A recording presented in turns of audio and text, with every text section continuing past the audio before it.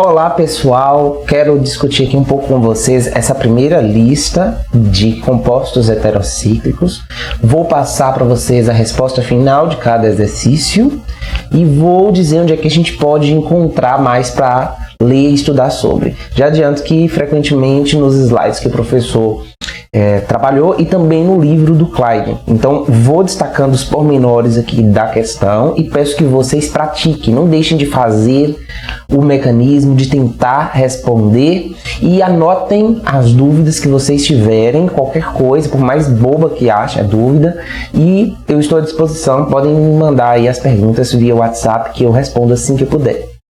Aqui na questão 1, nós temos uma questão clássica, que é a síntese de Knorr, e nós temos a inserção do nitrogênio, que vai ser o heteroátomo, a partir de uma reação com um nitrônio. É um nitrônio que vai ter uma carga positiva, semelhante lá à nitração do benzeno, naquele mecanismo. A gente vai ter a formação de uma carga negativa que ataca o nitrônio e forma aí um grupo nitro. O grupo nitro se interconverte em oxima e a oxima é reduzida a amina a partir do ditionito de sódio. A amina sim vai atacar a carbonila, né? Para fazer a primeira ligação, e aí a gente forma a enamina. A enamina vai ser importante porque ela vai atacar a carbonila. Nesse caso aqui a gente teve a eliminação desse oxigênio aqui na forma de água, e depois a gente tem outra desidratação nessa segunda etapa aqui, também saindo na forma de água para formar a ressonância, né, para formar aqui a aromaticidade. Essa resposta está lá no slide de anéis de 5 membros, na página 17, e é uma questão clássica aí, caracterizada como a síntese de Knorr. Reparem aqui que houve transferência de prótons nessas duas etapas aqui.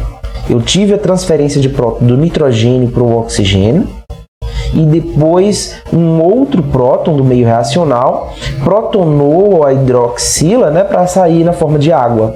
Aqui também eu tive, nessa etapa, uma transferência de prótons aqui, e frequentemente nós temos prótons sendo retirados de um lugar e colocados em outro. Na questão 2, nós temos aqui a reação de Hunt, que é a reação aqui de feixe binário modificada, né? E basicamente ela vai ser uma reação com um haleto na posição alfa aqui, que vai ciclizar via SN2. Dessa vez nós não vamos inserir o nitrogênio como heteroátomo a partir de um grupo nitro e um oxima e uma redução para amina. Nós vamos inserir aqui a amônia diretamente reagindo com a carbonila, formando uma amina, e aí sim essa amina reage com a outra carbonila, formando a enamina e por fim, então, a ciclização. Essa é a síntese de Hunt e pode ser encontrada aí na página 20 do slide Anéis de 5 membros. Na questão 3, nós começamos com esse reagente que traz Grignard, que é conhecido por fazer ligações carbono-carbono. Agora ele vai agir também como uma base. O Grignard ele vai retirar esse hidrogênio e vai formar uma carga negativa aqui. O MgBr, que é positivo, parcialmente positivo, vai acompanhar, né, se aproximar dessa carga negativa, mas o que importa é que esse nucleófilo ele vai atacar a carbonila desse aldeído, esse BuCHO, que vai ser um aldeído, formando então um álcool após ser protonado. E aí, depois de uma redução aqui, no caso uma hidrogenação, foi esse catalisador de Lindlar, nós vamos ter o oxigênio aqui agindo como nucleófilo. Mas reparem que nós temos aqui um ácido que nessa etapa, onde a gente tem esse carbono cetálico, vai indicar uma hidrólise. Então aqui não tem como esse carbono atacar. Primeiro é feita uma hidrólise, onde a gente protona aqui uma desses grupos etóxicos aqui, e nós temos aqui a ligação dupla sendo formada. Aí sim a hidroxila aqui é capaz de atacar lá o carbono, formando então um ciclo aqui, de modo que eu tenho a primeira saída do grupo etoxi para a formação da ligação dupla, e eu tenho a saída do segundo grupo etoxi quando o oxigênio ataca esse carbono. E aí eu tenho, fecho o anel aqui e estabeleço a aromaticidade. Mais detalhes sobre essa primeira etapa aqui, onde a gente tem o reagente de Grignard, pode ser encontrado aqui na página 25, lá do slide de beta-lactama. Né? A gente conhecia o reagente de Grignard até então como um nucleófilo, que ele está agindo como base e ele intermedia essa reação. É alguma coisa parecida com isso aqui, mais ou menos. Na questão 4, nós temos aí uma pouco diferente. A formação da enamina aqui não acontece pela desidratação, pela perda de água a partir da eliminação de um oxigênio de carbonila. Acontece a partir de uma reação de Michael, onde a gente tem uma reação de adição conjugada à ligação tripla, e todo o movimento dos elétrons aqui, e aí a gente tem a formação aqui de uma ligação dupla, né? Onde era uma ligação tripla e uma outra ligação dupla aqui vizinho à carbonila, semelhante a um enolato. E aí, se vocês lembram, lá na reação de Michael, é como se fosse o contrário da formação de um enolato. Um hidrogênio ele vai entrar na posição aqui do carbono alfa, para que essa ligação dupla aqui ela se torne uma ligação simples, né? E uma síntese parecida está aqui na página 23, nesse slide, anéis de 5 membros. E por fim nós vamos ter a formação da enamina, que ataca a outra carbonila aqui para ciclizar o anel, né? Então se vocês vejam que essa parte aqui do éster e essa parte do éster é justamente essa parte da molécula aqui. Na questão 5, pede para propor uma rota de síntese, né, uma análise retrocintética e usar os reagentes que forem necessários. Vamos quebrar aqui onde tem o heteroátomo e vamos quebrar aqui onde a gente pode fazer uma ligação ou inserir uma carbonila. Então sempre que a gente quebrar uma ligação, a gente vai inserir uma carbonila aqui, nesses casos, né, já que a carbonila é bem reativa. O mecanismo para essa questão vocês podem encontrar lá no livro do Clayden também. Eu já vou deixar a página aqui e nós temos aqui a primeira parte da reação que forma esse composto a partir da amina atacando a carbonila e formando aqui uma ligação dupla de enamina. Então, lá na página dos 762 do livro do Clayden, temos esse mecanismo aqui detalhado e a explicação detalhada também.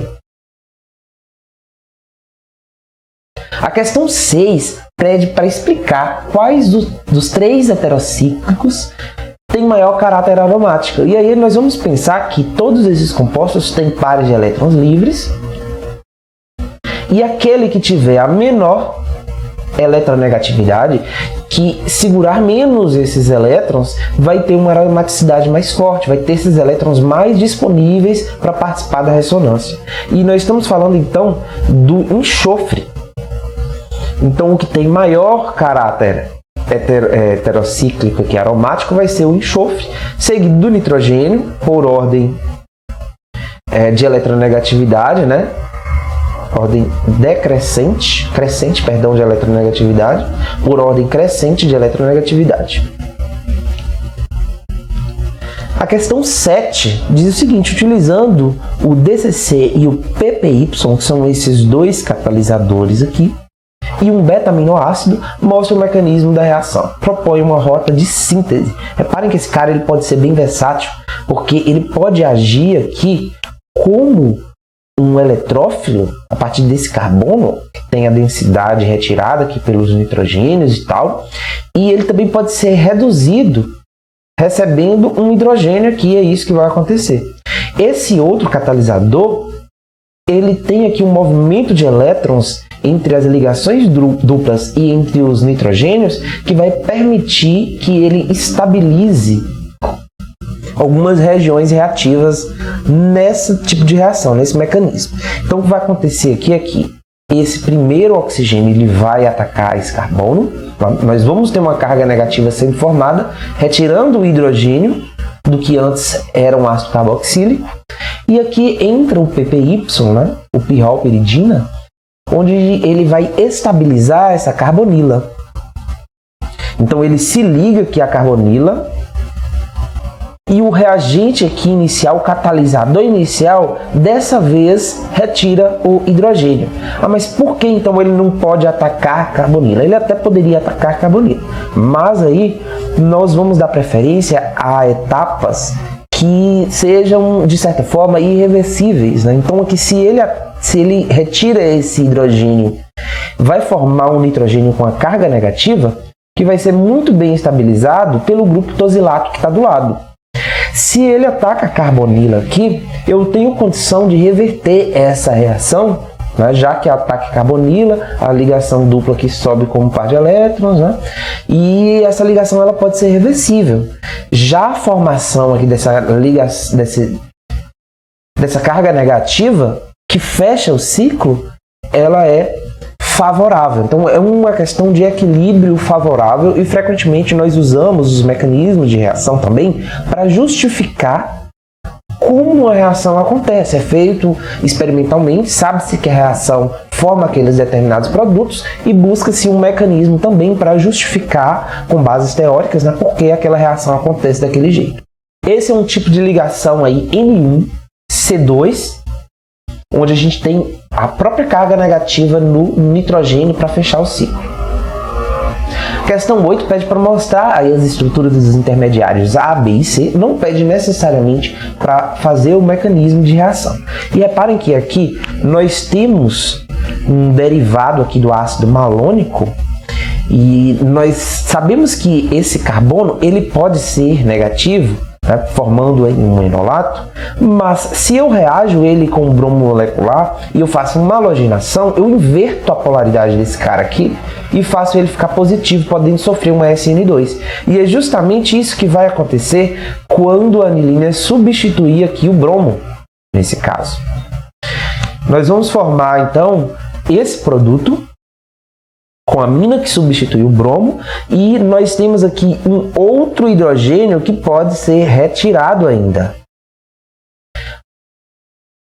Esse hidrogênio, após ser retirado, vai deixar o carbono negativo e esse carbono vai ser capaz de atacar aqui esse anidrido. Sendo que uma parte do anidrido aqui sai, né, como grupo abandonador. E por fim, nós temos aqui a formação dessa ligação C3-C4, quando essa base forte retira esse hidrogênio, formando aí uma carga negativa que vai ser passível de ciclizar aí, chegando ao produto final. Esse é um tipo de ligação C3-C4. Dá para encontrar mais detalhes aí na página 27, no slide sobre beta-lactama. A questão 9 é uma questão do mecanismo para a formação da base de Schiff. É uma questão relativamente simples, né? E dá para encontrar mais detalhes na página 12 do slide de beta-lactama. E é a formação basicamente de uma imina, né? De uma imina que pode virar e se interconverter em uma enamina. E por isso essa base de Schiff é muito importante na formação dos compostos heterocíclicos.